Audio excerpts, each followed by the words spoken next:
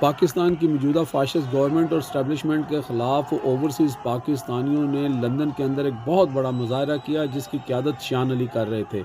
اس مظاہرے کے دوران فلسطین کے لوگ جو ہیں انہوں نے بھی شرکت کی اور عمران خان کے حق میں نعرے لگائے۔ مظاہرے میں موجود پاکستانی خواتین نے زمان پارک میں ہونے والی بربریت کے خلاف نواز شریف اور مریم نواز کو آڑے ہاتھوں لیا اور مریم نواز کو نئے نئے القابات سے بھی پکارا۔ جو سا ان لوگوں نے حملہ کیا، آج جو یہ ظلم ہو رہا ہے، جو فاشسٹ حکومت کر رہی ہے، یہ بہت غلط ہو رہا ہے۔ ہمارے لیڈر کے ساتھ ناانصافی ہو رہی ہے، لوگوں پہ ظلم ہو رہا ہے۔ یہ فاشسٹ حکومت نامنظور، ہم یہ برداشت نہیں کریں گے۔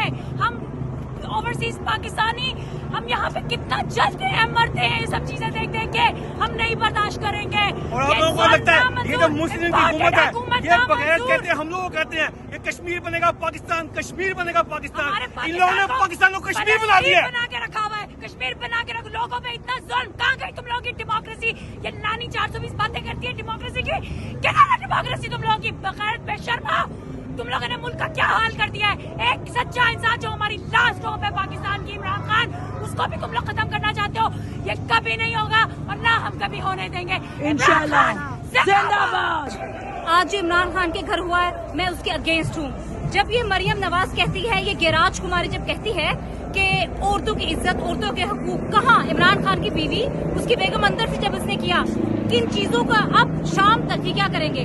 اس کے خلاف میزائل، توپیں، بارود اور پتہ نہیں کیا کیا نکال دیں گے۔ غلط ہے۔ یہ عورتوں کے حقوق کی بات کرتے ہیں؟ نہیں گیراج کماری، نہیں، ایسا نہیں ہوگا۔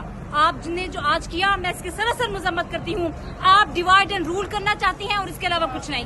آپ سندھی، بلوچی، پٹھانی اور پتہ نہیں کیا کیا کر کے، نہیں، ہم سب ایک ہیں، ہم پاکستانی ہیں، ہم اور کچھ نہیں ہیں۔